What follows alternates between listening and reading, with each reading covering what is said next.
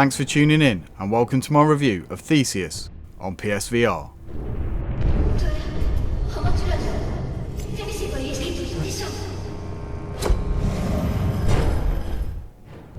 Theseus was one of the first third-person VR titles that piqued my interest, but unfortunately got lost in my huge backlog until now. Promising a mixture of combat, story, exploration and puzzle solving with a cinematic feel, I was intrigued by how developer Forge Reply could translate a typically flat-screen genre into VR and make it actually work.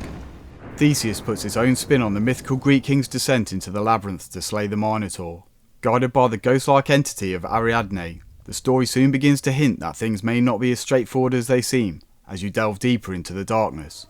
Admittedly, I'm no expert in Greek mythology, with most of my knowledge coming from playing every entry in the God of War series, but the game asserts its own narrative into the timeless tale, so those looking for historical accuracy may want to look elsewhere.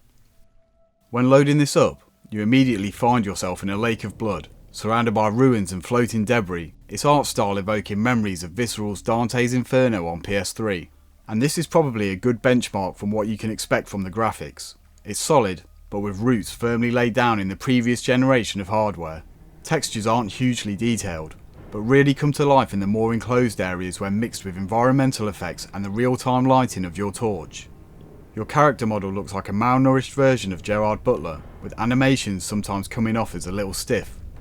But the Minotaur is genuinely imposing as it hounds you throughout the chasms, looking menacing as it peers in during games of hide and seek. There are some aliasing issues at times, but draw distances are relatively good, meaning graphically, this is a mixed bag with some assets holding up under scrutiny better than others. Being a classical tale, the orchestral score is atmospheric with lulls and crescendos to match the action. The music does a good job of telegraphing some of the game's bigger moments, building up with foreboding reverse hives and strings before launching into a more bombastic section.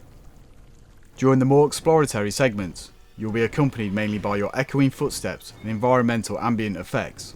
These are quite effective, giving you a good sense of immersion as the lumbering steps of the Minotaur hammer down from above you. With the exposition brief, it reveals just enough without getting too bogged down in the finer details. It's a pretty lean audio package, but one that hits all the right notes with a couple of genuinely epic moments.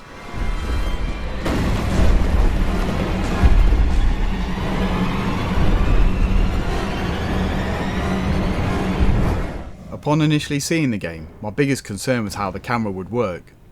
The dev team have opted for a mix of static and tracking cameras that for the most part work quite well. The placement of the camera is normally well thought out, with some deliberate moves to enhance its cinematic qualities. The quick dip to colour dissolves help give some fluidity to the action, rarely being jarring or awkward when transitioning between scenes. Utilising the DualShock 4, the button layout is fairly typical for games of this ilk.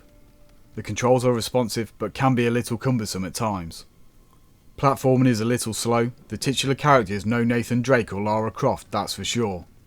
The combat mechanics are simple and intuitive, but the fights themselves lack impact, with your sword swings feeling a little limp. Using your torch to fend off foes giving you a little room to plan your next attack is a welcome element, but can wear a little thin towards the end. Puzzles are your familiar floor and door switches and will not provide you with any thought-provoking moments. And this kind of sums the game up. Everything feels overly familiar during its 1 to 2 hour runtime, and for the price it can feel a little expensive, especially as there's no platinum trophy, with replay value really only coming in the form of an alternative ending.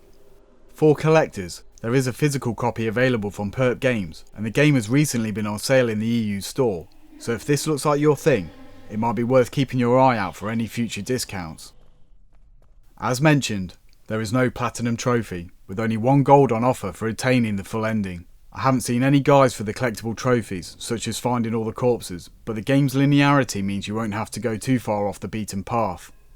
The game will require 2 playthroughs in order to get the 2 different endings, meaning 100% completion will take you around 3 to 4 hours in total. Nothing is overly obtuse or difficult in the trophy list, with only lighting all the braziers requiring some due diligence. As such, the difficulty of obtaining all the trophies charges in at a 2 out of 10. While the developers have translated Theseus and the Minotaur into an allegorical tale of sorts, unfortunately there are no hidden depths to the gameplay. Its familiarity does end up hurting the title, as does its shallow gameplay mechanics.